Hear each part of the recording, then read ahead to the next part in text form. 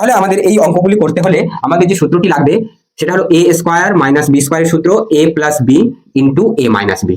এই সূত্রটাই প্রধানত আমাদের প্রয়োজন হবে অঙ্ক করতে হলে। তাহলে দেখো এক দাগের 4-এর এক দাগের অঙ্কটি রয়েছে কি c plus d into c minus d, এটা ব্র্যাকেট রয়েছে, এটা অর্থাৎ গুণ আকারে রয়েছে। ওকে, তাহলে c plus d into c minus d into c square plus d square, এই হলো আমাদের প্রশ্ন। তাহলে দেখো আমরা এটাকে অ্যাজিউম করতে পারি যে c কে a ধরো এবং d কে b, তাহলে a প্লাস b, আবার এটা c কে a ধরেছি এবং d কে b ধরেছি, তাহলে a plus b into a minus b, তাহলে a plus b into a minus b রয়েছে না এই আকারে। তাহলে এটা কার সূত্র? a স্কয়ার মাইনাস b স্কয়ারের সূত্র। ঠিক আছে, তাহলে দেখো সমান সমান দিয়ে লিখবো a স্কয়ার অর্থাৎ c square minus d square, বুঝা গেল? ব্যাস, এই অংশটুকু হলো কি c square minus d square অর্থাৎ a স্কয়ার মাইনাস b স্কয়ারের ফর্মুলা, বুঝা গেল? ইনটু কি ছিল?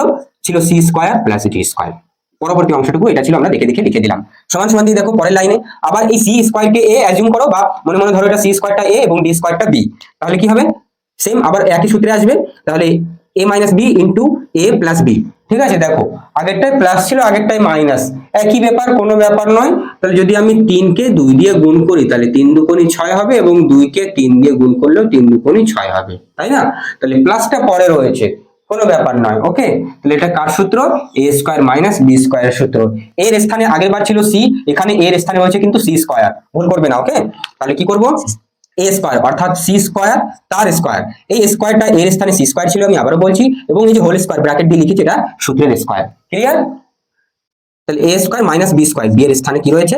d স্কয়ার, সূত্রের স্কয়ার। এটাকে ভাঙালে কি হবে? c টু দি পাওয়ার 4 মাইনাস d টু দি পাওয়ার 4। ঠিক আছে, ব্র্যাকেটের বাইরে থাকলে এটা গুণ হয়ে যায়, যদি কোনো 4। ওকে, তাহলে এটা হয়ে গেল আমাদের এক দাগের অঙ্ক।